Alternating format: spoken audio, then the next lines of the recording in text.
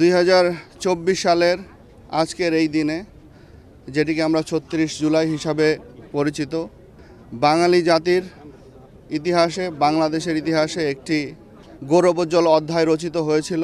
দীর্ঘ প্রায় 1.5 দশকের যে জুলুম, নির্যাতন, অন্যায়, তার বিরুদ্ধে ছাত্র জনতা যেভাবে একত্রিত হয়েছিল একটি বৈষম্যহীন ন্যায় বিচার প্রতিষ্ঠার উদ্দেশ্যে, এমন একটি সমাজ গঠনের উদ্দেশ্যে, যে রাষ্ট্র যেখানে কেউ কোনো সিস্টেমকে চালাবে না, যেখানে সিস্টেম তার নিজের গতিতে চলবে, যে রাষ্ট্রে থাকবে না কোনো বৈষম্য, যেখানে কারো অধিকার হরণ হবে না, সেই লক্ষ্যে যে আন্দোলন হয়েছিল, আমাদের যে শহীদ হয়েছিলেন আমাদের সন্তানেরা, আমরা আজকের এই দিনে তাদের প্রতি কৃতজ্ঞতা জানাই।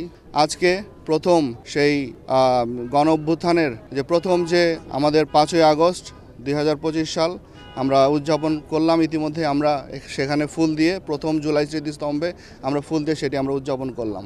আমরা শহীদ পরিবারের সকলকে নিয়ে, আমাদের সরকারি সকল কর্মকর্তা, রাজনৈতিক নেতৃবৃন্দ, আহত যারা হয়েছিলেন সকলকে নিয়ে আমরা এই শহীদ প্রথম জুলাই স্মৃতিস্তম্ভে আমরা ফুল দিয়ে আমরা তাদের প্রতি সম্মান, আমরা কৃতজ্ঞতা অর্পণ করলাম।